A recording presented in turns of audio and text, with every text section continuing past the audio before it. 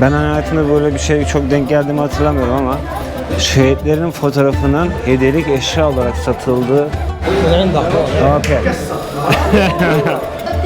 Oha, kitap gibi çıktı be. Şimdi El Aksa künefe 10 senedir benim için de Türk kanı gezdik. Çıkmaz. Türk yemeğini yedim. İstanbul suyunu içtim. Tezelerde kaldım. Çamaşırımı yıkadılar. Bunun için içimde bir Türk kanı var. Aleykümselam. Falafel, I know. No. Not now. Böyle yiyemiyorum.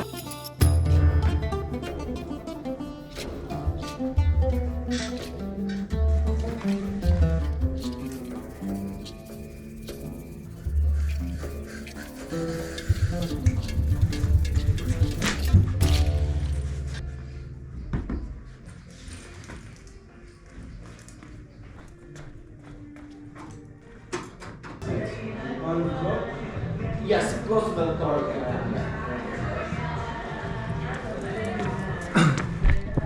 Selam dostlar, Alemi Mahallenizin en değişik kanalına hoş geldiniz. Değişik yollarda maksimum hızıyla gezmeye devam ediyor.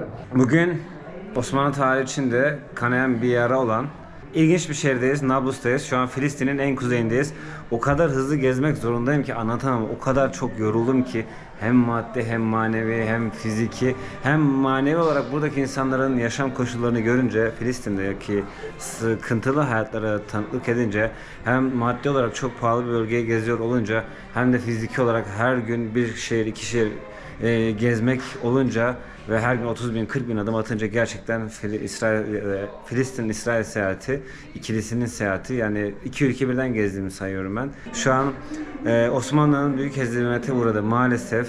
İngilizleri hem Çanakkale'de hem Irak'ta iki kere devirmemizin ardından İngilizlerin hırs yapıp Arapları ayaklandırıp kutsal toprakların valisini de kandırıp bizi burada maalesef mağlup ettikleri yerdeyiz. Buradaki kaybımız, yani tarihçi değilim ama buradaki kayıp ta Mondros mütageresine kadar gitti. Antep'in, Maraş'ın fethine kadar, Antep'in, Maraş'ın işgaline kadar giden sürecin başladığı noktadayız. İşte bu dağlarda, bu yollarda, bu ovalardaki kaybettiğimiz savaştan sonra 4. ve 8. kolordu tamamen kaybettik. 7. kolordun da büyük bir kısmını kaybettik. 65 bin askerimizi burada esir bıraktık. Ondan sonraki geri çekilme süreciyle Osmanlı Mekke'yi, Medine'yi, Kubbetü Sahra'nın olduğu Kudüs'ü kaybetti. Ondan sonra şu anki sınırlarımıza kadar çekilmek zorunda kaldı. Tabii ki çok hızlandırılmış bir noktada anlattım. Daha detaylı bir şey ama ben bugün çok detaylı anlatmadan bu tarihin yaşandığı şehri, hem şehrin kendi güzelliklerini hem Filistin halkını hem de birkaç tarihten notla birlikte bugün size Filistin'in Nablus kentini anlatıyor olacağım. Hadi gidelim.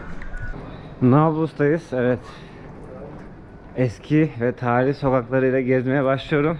Yarım milyondan daha az, El Halil'den daha az nüfus var. Yarım milyondan daha az Filistinli Müslüman var.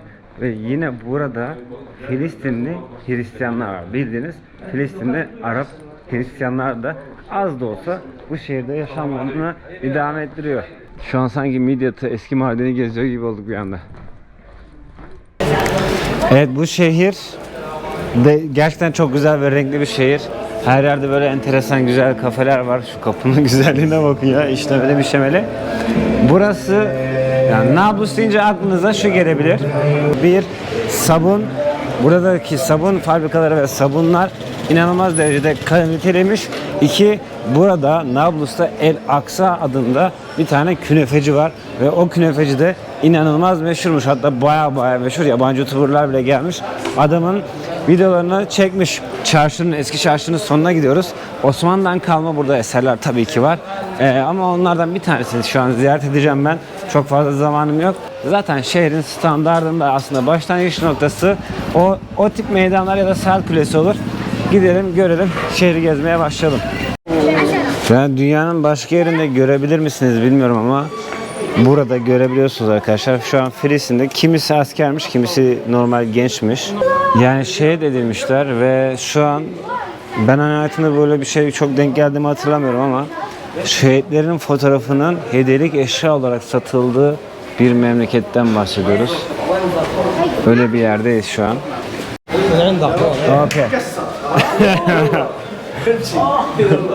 قدرت تستدعي ان شاء الله يرضح قدامي. Aç bakalım. Şu an buranın en meşhur künefecisine geldik. Ama benim karnım çok aç, künefe yiyecek halde değilim. Oha, kitap gibi çıktı be. Kitap gibi çıktı. Abi, burada şu an baya meşhur bir künefe yapıyorlar. Hani herkes tarafından biliniyor. Şerbetliyorlar da şimdi de. El Aksa künefe. Oo. Ya künefe de sevmiyorum zaten ya. Ya şu an kapanıyormuş. Son tepsi, onu da satmışlar zaten galiba. Ve biz kapanıyoruz. Ben dedim ki abi ben açım, yemek yiyip öyle geleyim dedim. Yok dedi. Vallahi kapatıyoruz. Yapacak bir şey yok. Künefeyi gösterdik ama yiyemedik.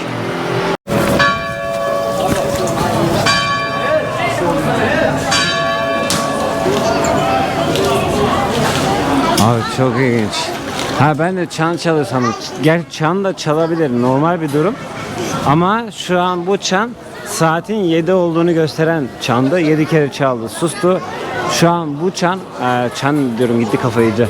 Bu Osmanlı'dan kalma bir saat. Ama burayı emin olamadım. Selamünaleyküm. How are you? How are you?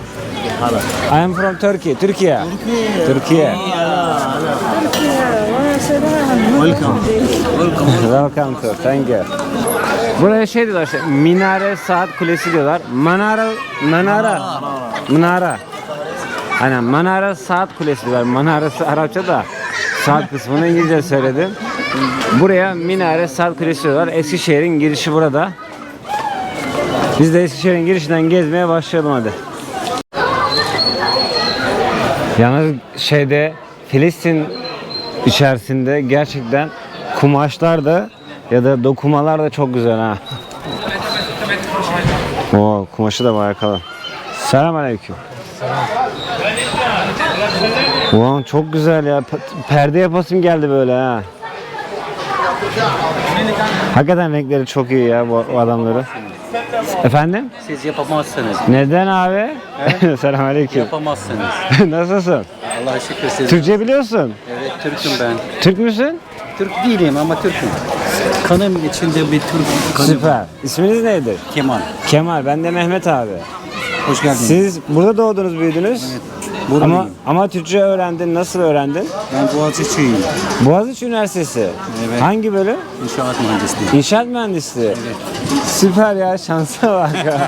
Memnun oldum. Ben de İstanbul'dan geldim. Hoş geldin. Teşekkür ediyorum. Hoş geldin. Aha. Şimdi saat meydanından başladım. Bu saat Osmanlı'dan kalma mı? Evet. Cami? Cami yok, hayır. Bu 1927. Ha, sonradan. sonra. Tamam, ben de öyle emin olamamıştım da o cami sonradan ama bu saat Osmanlı'dan kalma. Peki bu hanlar, saraylar, bu caddeler, sokaklar Osmanlı zamanında mı? Yok, hayır. Çok eski. Daha eski. Daha eski. Nablus Yani çok o zaman, eski bir o zaman şey. burası yani 500-600 yıllık. Evet. Daha fazla. Nablus yanılmıyorsam zaten 2000 yıldan daha eski bir şey. Bu benim kaldığım yer burası. Burada eskiden yani 100 seneden evvel burası kadın hapishanesiydi. Aa, burası kadın hapishanesi. Ve burada ne diyorlar? Yani where the horses stay here. Aa, really? At, at park yeri. Evet. Yukarıda işte devlet. İdare evi. Evet, devlet idaresi buradaydı. Vay. Mutasarrıf Çok buradaydı. Mutasarrıflık ha. Evet, mutasarrıf Çok buradaydı. güzel oldu sana denk gelme ama 2 tane hemen bir şey öğrendim. Teşekkür ederim. Sağ olun. Haşlo. Bak bu mal Türkler yapamaz. Evet, gerçekten ben onun kumaşını elince fark ettim, çok kaliteli. Ve bu Filistin'de mi var? Yok, hayır, Çin malı. Çin mi? Evet. Ama bu renkler ve kumaş değişik. Çin malı gibi durmuyor yani, kaliteli. Bu Araplar orada yapmışlar. Ha, siz modeli veriyorsunuz, orada yaptırıyorsunuz, buraya geri getiriyorsunuz. Anladım. Güzeldi. Size de yapmış olacak idi. O zaman bu fiyat alamazdı. Daha sen yapmaya kalksan daha pahalı oldu. Çok pahalı. Yani bu yani Denizli'de yapsaydık, Türkiye'de. yani Denizli'de yapsaydık 3 dolar olacaktı bize. Sen burada Türkiye'den gelme kumaşın da var o zaman. İşte bu Türk malı bu. Üsttekiler. Ha, bu da Türkiye galiba.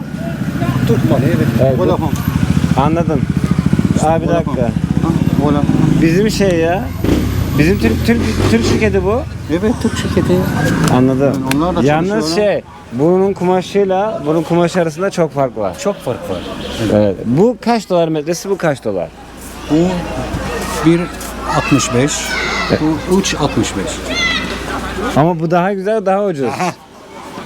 O nasıl oldu ya? İşte kendinize söyleyin. Bizde biraz kiralar yükseldi, işçilik maaşı yükseldi, sigorta yükseldi. Dolara göre fiyatlar yani aynısı kalması lazım. Anladım. Mesela burada Çin'de dolar yükseldi. Ha, bize hemen indirim yaptılar Çinliler. Çinliler.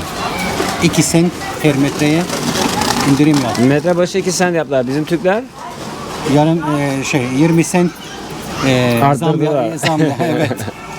hem dolar üzerinden de zam yaptık biz yani. Evet. Anladım. Yani sen Kusura bakma abi. gel buraya. Mesela bu mal 2 dolar 0.2. Sent. 0.2 alıyordu. Bir ay evvel aldım 2 dolar 42 sent. Abi haklısın. Ben sana bir şey söyleyeyim mi? Ben 2-3 ay geziyorum, sonra Türkiye'ye dönüyorum. Her döndüğümde simide 1 lira zam geliyor. Simit biliyor. Evet. O Simit- Türk lirasına ben dolar ben Anladım. dolar veriyorum. Haklısın. Doğru. Bunu ben de Fiyat bilmiyorum. aynısı kalması lazım. Doğru, haklısın. Dolara göre fiyat aynısı Doğru. kalması gerekir. Doğru, haklısın. Ha. Anladım. Dolar bazında da zamlandı diyorsun. Evet. Türk lirası değil sadece. Evet. Peki sen böyle olduğu için artık Türk mallarından azalmaya başlayıp Çin malına mı yöneldin? Evet. Yani de kar şimdi- edelim derken aslında zarar ediyorlar. Mesela senede 2 milyon dolar Çin'den mal alıyoruz. Türkiye'den 50 bin dolar. Türkiye'de ucuza verse Türkiye'den 2 milyon dolar alacağım. Anladım abi. Bizde çok büyük bir şirket var. Büyük bir şirket var. Evet büyük bir şirket. Anladım. İsim neydi sizin? Şirket Kemal. Ha, Kemal, pardon, sormuştum. İşte. Vallahi hadi ver abi. Kapı kapıyı açar, bir şey olur belki. Tamam, bu numaram WhatsApp var mı? Numaram evet. Hadi göstereyim mi birileri sana ulaşmak isterse? Tabii. Tamam. Tamam. Böyle bir muhabbet var burada arkadaşlar. Ulaşmak isterseniz abim bu. Kemal abinin WhatsApp'ı şu numarada yazıyormuş. Buraya Filistin kodunu mu yazacak? 00972. Tamam. Anlaştık. 0972. Kadife. Kadife. Türkiye'de 4 dolar, 3 dolar 90 sent. Biz 1 dolar 80 sent alıyoruz Çin'den. Anladım. Yani 2 katı. 2 katı. Evet. Haklısın. Ticaret bu sonuçta. Ha tabii. İş başka, dostluk başka, ticaret başka. Koydum. Burada da mı maaşlar azdı? Yani sen o yüzden inşaat mühendisliğini yapmıyorum dedin. Ticaretle uğraştım. Elhamdülillah büyük bir şirket yaptık kardeşlerimle. İnşaat mühendisliği yapsam böyle olmazdı. Yok hayır olur ama o zaman şey yapacaktık yani sahtekarlık yapmak lazım. Ha. Helal yoldan zengin olmak burada da zor yani. Evet tabii. Anladım. Yok hayır helal zengin olursun ama Yavaş. long run. Long run yani. Evet. Ha, Uzun zaman. Evet uzun zaman yani 5-6 sene içerisinde değil. Yani 15-20 sene zengin olursun ama sahtekarlık 2 sene Doğru. fırlarsın. Bizde de öyle var. Haklısın. Bütün dünyada işte öyle. Aynen. Bizi siz yok. Herkes de aynı. Haklısınız. evet, Doğru. evet. Yani Bir şey sorayım size Kemal abim. Ben şimdi buraya geldim. Nablus'un kendi yemeği var mı? Burada ne yesem Nablus'a özel? Nerede vardır? Buradan mı gideyim? sen şimdi ne yiyeceksin? Künefeyi biliyorum. Künefe, falafel var. Her gün falafel yiyorum. Başka ne yiyorum? Hummus var. İşte ne diyeceğim? Nablus'un yemeği yok mu, özel Nablus yemeği? Yok hayır öyle restoranlar yok. Politik soru olacak ama istiyorsan cevap verme. El Halil'de maalesef çok üzüldüm. Çünkü çok orada zor hayatlar var. Bak ben her yeri gezdim İsrail'de, en kötü El Halil'di. Nablus'tan da dün haberlerde gördüm. 3 tane gencimizi şehit etmişler. Tabii. Şimdi üzüldüm. Burada yaşam nasıl? Hani o dış... Yok işte bakıyorsun biz yani bizim yani aramızda hayat normal.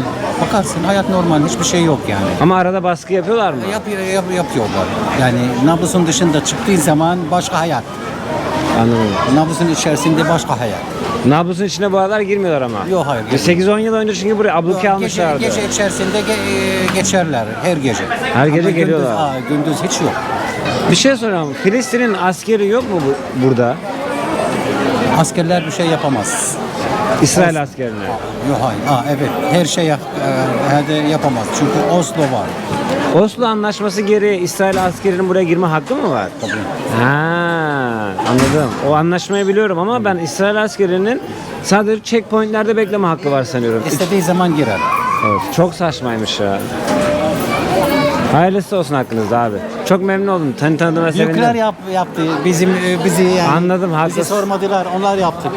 Üzüldüm. İnşallah hakkınıza hayırlısı olur. Hayır, üzülme çünkü bu Allah'tan olur bu. Yani her şey yani Bismillahirrahmanirrahim. Sebbih ismi rabbikel a'la ellezî halaka fesevva vellezî kaddara fehedâ.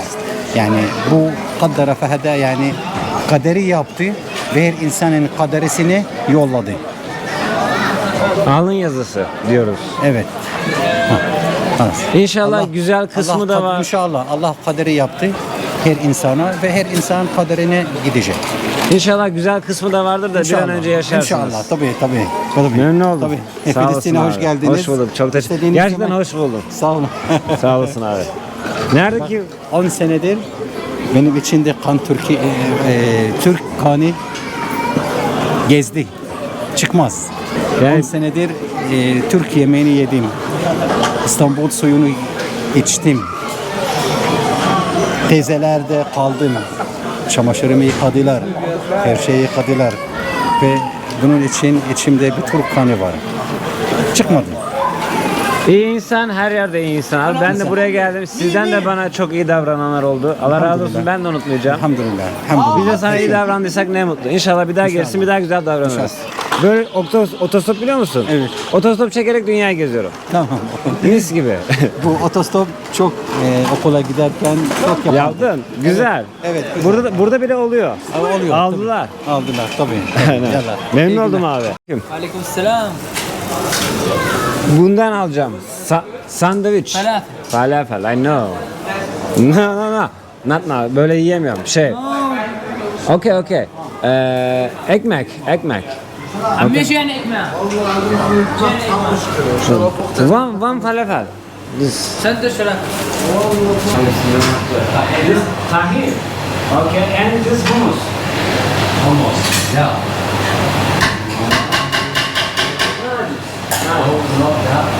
Yeah, one more. And little bit. İstanbul. اسطنبول. Yes. Şükran. Teşekkür. Evet, falafelimiz geldi. Abi bu falafel nasıl bir şey biliyor musun? Bak şimdi size söyleyeceğim. Hakikaten bizim çiğ köftemiz gibi. Bir yerde yiyorsun muhteşem, bir yerde yiyorsun lanet diyorsun, bir daha yemem diyorsun. Yiyorsun ya, sıkılıyorsun. Bir gün sonra tekrar diyorsun ki lan bir daha olsa bir daha yerim. Nohutlusu çok iyi olmuş ya. Falafelin tadını alamadım çünkü ağzına kadar doldurdu adam. Her şeyle. Abi içi böyle dolu. Kusura bakmayın yemek gösteriyorum bu aralar fazla. Şu ana kadar yediğim İsrail kısmını da Filistin kısmını da sayarsak ilk 3'e girer hatta 2'yi zorlar. Şeki. Zenginim ha, iyi para var burada. Bozuk kalmamış mı ya? Bozuk yok. See you. See you.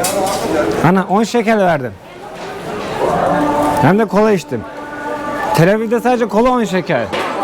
Buranın birkaç merkezi noktası daha vardı. Burası kapanmak üzere, hatta her yer kapanmış. Burada da yine Filistin'de o. Hadi koy. نفس عندكم صح؟ آه. مش هيك بكونوا يخبطوا العجين.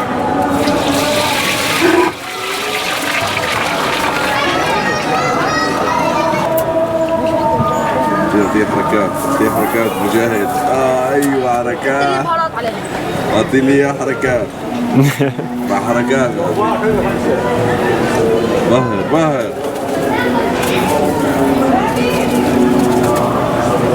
حار.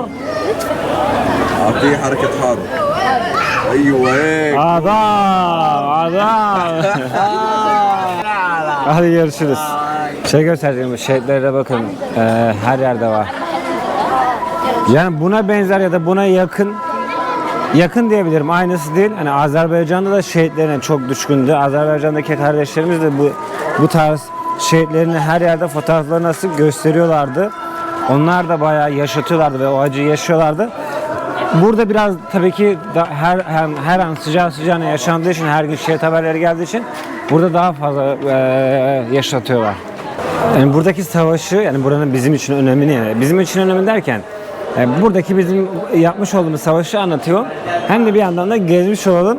Şimdi buradaki savaş 1918 yılında oluyor. İşte Birinci Dünya Savaşı sırasında oluyor. Biz biliyorsunuz Almanların yanında yer alıyoruz. Karşımızda da diğer kuvvetler var. Ama sonradan ne oluyor? Biraz burada kazık yiyoruz. Normalde bizim adamımız olan, bizim valimiz olan Kudüs, Mekke, Medine'ye atadığımız bu Faysal, yani Faysal bin Hüseyin tam adıyla, onu İngilizler kandırıyor. Diyor ki sana burada devlet vereceğiz, burada devlet kuracağız, senin olacak falan filan diye kandırıyor. Ondan sonra onun yanında da bu Edmund var ya, İngilizlerin önemli cephe kumandanı, o da var. Biz yani o zaman Osmanlı, o zamana kadar İngiliz donanmasını yenen başka bir devlet var galiba, ama İngiliz donanmasını ilk yenen biziz herhalde. Ayrıca de İngilizleri karada bir tek yenen devlet de Osmanlı Devleti. İngilizlerin 2 tane hezimeti var Osmanlı'ya karşı. O yüzden bu sefer savaşı kaybetmek istemiyorlar ve olabildiğince farklı şekillerde de bu savaşı oynamaya karar veriyorlar ve o yüzden bizim valimizi işte ikna ediyorlar. İşte Araplar arasında özgürlük hareketi başlatıyorlar ve Araplar da Osmanlı'ya karşı birleşiyor ve bu cephede kayıp veriyoruz. Şey deniyor işte, hani Atatürk'ün kaybettiği tek savaş ya da Atatürk cepheden çekilmek zorunda kaldı deniyor. Bu sırada da 4. ve 8. kolordumuz tamamen yok ediliyor maalesef. 7. kolordumuz da büyük ölçüde yok ediliyor ve bir kısmı da geri çekiliyor. Zaten o geri çekilenler aslında işte Doğu cephesinde bulunuyor. Ondan sonra 65.000 askerimiz buralarda maalesef mahsur kalıyor. Onlar bazı sıkıntılı olaylar yaşıyor. İşte bir kısmını biliyorsunuzdur, bir kısmını da tarihi daha iyi bilenler zaten aşağıya yazar. O savaşın kaybından itibaren yavaş yavaş artık Suriye gidiyor, Filistin gidiyor, Ürdün gidiyor, sallıyorum işte sırayla her ay bir ülke, her ay bir bağımsızlık kazanan Arap ülkesi ortaya çıkıyor.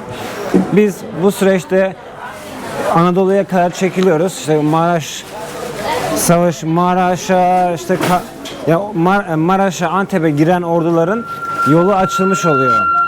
Yani en son olarak deniyor ki, şimdi tarih bu. Herkes bir kısmına itiraz edecektir elbette. Ben o yüzden olabildiğince uzaktan anlatıyorum.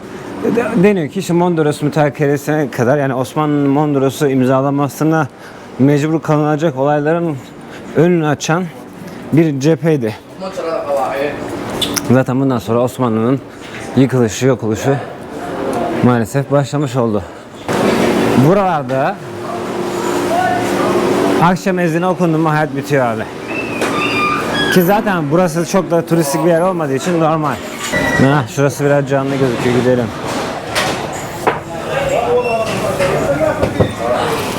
Bin çeşit, selamünaleyküm.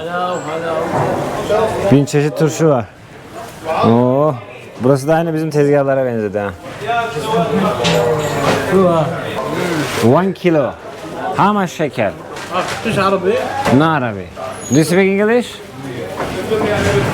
Okay. 1 kilogram, how much? 1 kilo. Yeah, how much price? 64. Şeker. Yok lan, ucuz. Neyse, matematik yetmiş şu an. Okay, thank you. Bilmiyorum ya da az mı, anlamadım ki ya hiç. Fiyat kalmadı, bu dolar durmadan yükseliyor abi.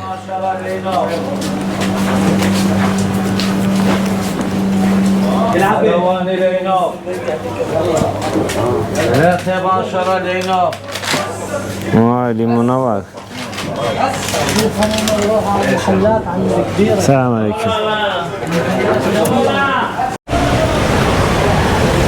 Abi Tel Aviv'den burası belki 60-70 kilometredir. Kilometre olarak.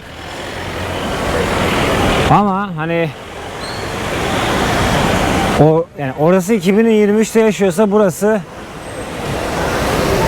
1872'de yaşıyor. Böyle hızlı bir kırılma var burada.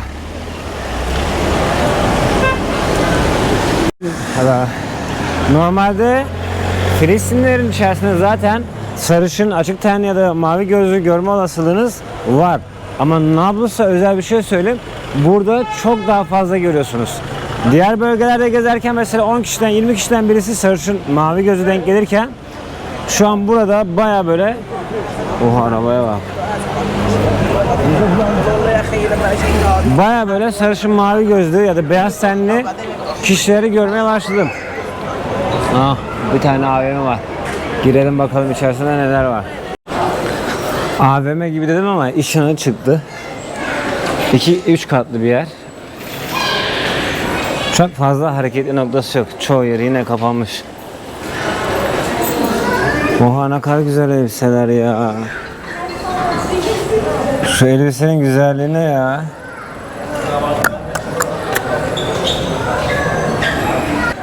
Tasarım biçimi Beluşlara benziyor ya. Beluçistan. Beluşların aynı o tarz renkleri ve kıyafetleri, sembolleri var. Selamünaleyküm. Selam. Ne arıyor? Bu arada Filistin ya da Arap deyince şey sanmayın. Yani işlerine çok güzel giyinen, çok zengin insanlar da var. Bakın şimdi bir iki tane videodan geçeceğim. Oradan görebilirsiniz. Bu kıyafetleri de giyip gezen insanları görmek çok zor değil. Yani bazıları biraz fazla iddialı tabii ki. Türkiye'de bile iddialı bazıları ama burada da gayet modern insanlar, modern kadınlar falan var ama şimdi sonuçta yabancı bir ülkedesiniz. Gidip de insanların işte eşini, karısını, kızını çekemezsiniz. Bu arada da pantolonlar göstereyim. 3 tane kot pantolon mesela 100 yazmış. 3 tane 100 yazmış. Yani 3 tanesi 750 TL denk geliyor. Valla mekan baya güzel. Soğuk çikolata aldım ben ve sadece 6 şeker. Ben en baştan buraya gelseydim var ya şu an harcadığım paranın onda biriyle gezermişim aslında. Teşekkür ederim.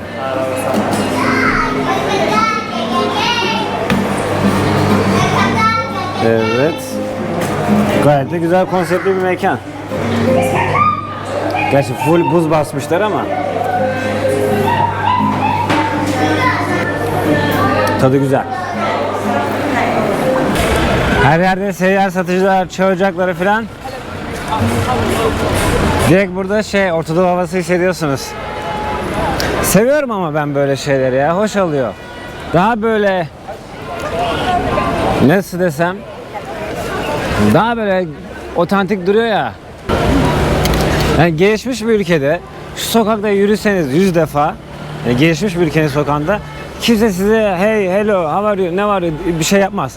Burada ama sürekli birileri size selam veriyor, sabah veriyor, çaya çorbaya davet ediyor, muhabbet etmeye çalışıyor. O sıcaklığı yaşamak, o sıcaklığı hissetmek böyle ayrı bir zevk, ayrı bir güzel. Burada var ya aslında ben bağlantı bulabilseydim, adamını bulabilseydim öyle bir güzel video çekecektim ki, öyle ilginç bir video çekecektim ki. Burada şimdi dünyanın en eski, dünyanın en kapalı dini gruplarından birisi var. Bilenleriniz belki vardır, duyanlarınız vardır. En azından bu coğrafyayı Yahudi'yle araştıranlar varsa duymuştur ve biliyordur. Samiriler diye bir topluluk var. Samiriler. Onlar kendilerine Filistinli Yahudi diyorlar. Filistinli Araplara bir bağlılık içerisindeler. Biraz ondan anlatayım size. Belki merak edenleriniz vardır. Böyle 3000 küsür yıllık bir kapalı dini bir grup var. Şimdi bunlar Asurlular Yahudileri buradan kovuyor. Daha sonrasında burada bazı problemler oluyor. O yüzden Asur kralı tekrardan bu bölgeye bir tane Yahudi aile gönderiyor. Hani burada şey yapsın diye, yani durumu düzelsin, toparlasın, baksın diye. Ama tabii ki bu gelen aile Filistinli Araplarla çoğalıyor. Ama onlar şöyle söylüyor.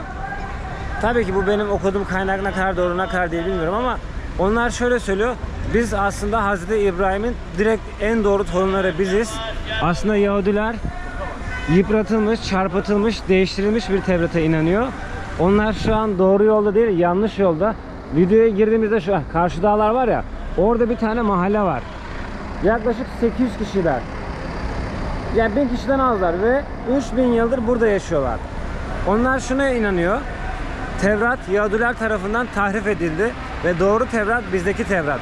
Bunların bazı ibadetleri, bazı inanç şekilleri ya da bazı ayinleri biraz da Müslümanları anımsatıyor. Yani namaz var, abdest var. Başlarına geçirdikleri daha farklı. İbadethanelerinde oturma yeri yok. Bir yere dönüp namaz gibi bir ritüel yapıyorlar. Onlar inanıyor ki Süleyman Mabedi'ni Hazreti Süleyman Kudüs'e siyasi ve politik sebeplerle kurdu. Aslında tekrardan Süleyman Mabedi kurulacak, tekrardan gökten indirilecek ve onun indirileceği yer bu dağlar olacak. Onlar buna inanıyor. Şimdi İsrail hükümeti onların Araplarla, Filistinlerle artık bağını koparmak istiyor. Ama onlar asla diyor, biz Filistinli Yahudileriz, Filistinli Arap Yahudileriz diyor. Ve İsrail'in onlarla bağını koparmasına kendileri müsaade etmiyor. Ne yapmış İsrailler de Araplarla ilişkisini azaltmak için onların mahallesine, şu an bilmiyorum mahallesi, yani karşımız dağlarla çevrili, onların mahallesine güvenlik, yani kontrol noktaları kurmuş. Bunların bir de küçük bir kısmı da Tel Aviv yakınlarında yaşıyor. Onları da arada görmek istedikleri için bir de şöyle bir sebep var. Artık sürekli aynı komünite içerisinde çoğaldıkları için hastalıklı çocuk sayısı artmış. Doğum oranı azaldığı için nüfus oranı artık azalmaya başlamış. Bu sebeple de yanlış bilmiyorsam Rusya'dan, Azerbaycan'dan ve bir ülkeden daha dışarıdan gelin getirme programı yapmışlar ve 20-25 kadar gelin getirmişler buraya ki nüfusları çoğalsın. Şimdi bunların buradaki ailesiyle Tel Aviv yakınındaki ailesi arasında gidemiyorlar. Çünkü neden? İşte arada pasaport falan gerekli. İsrail hükümetine de demişler ki bize İsrail pasaportu verin. Biz o tarafa geçmek istiyoruz. İsrail de demiş ki hayır. Eğer geçeceksen tam geleceksin ve Filistinli olmaktan vazgeçeceksin demişler. Onlar ama bu durumu kabul etmemiş. Bir kısmının hem İsrail hem Filistin pasaportu var. Onlar Tel Aviv yakınlarındaki akrabalarını ziyarete gidebiliyorlar. Bu topluluk dünyanın en kapalı topluluklarından birisi ve dünyanın en eski inanç gruplarından birisini yaşıyorlar. Ara sokaklara falan giriyorum ama tek hareket nokta burası olduğu için de sürekli burada dolanıyorum. Samiler Allah'ın varlığına ve birliğine inanıyorlar. Hz. Muhammed'i de bir peygamber olarak kabul ediyorlar ama diyorlar ki onlar, hani o bize gönderilmedi. Bizim zaten peygamberimiz ve kitabımız var ve biz kitabımızı da en doğru şekilde yaşıyoruz. Tek tahrif edilmemiş kitap bizimki. O yüzden bu Tevrat'a bu şekilde inanmaya devam edeceğiz diyorlar. Hostelimin yeri çok güzel ya. Yeri de çok güzel. Hem kendi kafesi falan da var. Tekrar çıkalım hadi çatıya, kafesine bakalım. Şimdi bu karşıda gördüğümüz dağ var. Şurada bir dağ var. Gerizim diye okunuyor herhalde. Dağların ismi. İşte onlar burada yaşıyor. Şimdi Samililerde ilginç bir durum var biliyor musunuz? 3 tane pasaportu var. Hatta bazıları da 3 dil biliyor. Eski İbranice biliyorlar, yeni İbranice biliyorlar, bir de Arapça biliyorlar. Neden 3 tane de pasaportu var derseniz, önce Filistin pasaportu vardı, sonra İsrail işgali yüzünden o biraz işlevsiz kalmaya başlayınca Ürdün üzerinden bir pasaport almaya başlamışlar. Sonra da biraz önce anlattığım olay var ya, İsrail tarafında, Tel Aviv tarafındaki yakınlarını görmek istedikleri için de bu sefer de İsrail pasaportu da almışlar. Adamların 3 vatandaşlığı var. Şu karşı dağlarda gördüğünüz karşı yerlerde 1000 kişiden az yaşayan dini bir topluluk. Onların da aslında bayramları falan var. 7 tane mi ne bayramı varmış. Bunlardan bir tanesi 7 gün sürüyor. İşte oruç tutuyorlar. Ama oruçları biraz şey gibi, Şabat'a da benziyor. Şabat geleneğinde hani işte elektronik cihaz kullanmıyorlar, hiç çalışmıyorlar, hiç iş yapmıyorlar ya. Bunlarda da öyle bir şey var. O oruçları dönemde hiçbir şekilde ev işi yapmıyorlar, hiçbir şey yapmıyorlar gibi ilginç bir dini topluluk var. Dünyanın en kapalı, dünyanın en eski ve dünyanın en az nüfus sahip dini gruplarından biri diye tanımlanıyor. Buraya gelmeden önce duymuş, araştırmıştım ama Bahailerde de istediğim sonuçlara erişemedim. Ki Bahaileri daha çok merak ediyorum. Zerdüştlerden sonra en çok merak ettiğim Bahailerdir. Onlarda da yeterli sonuca erişemedim.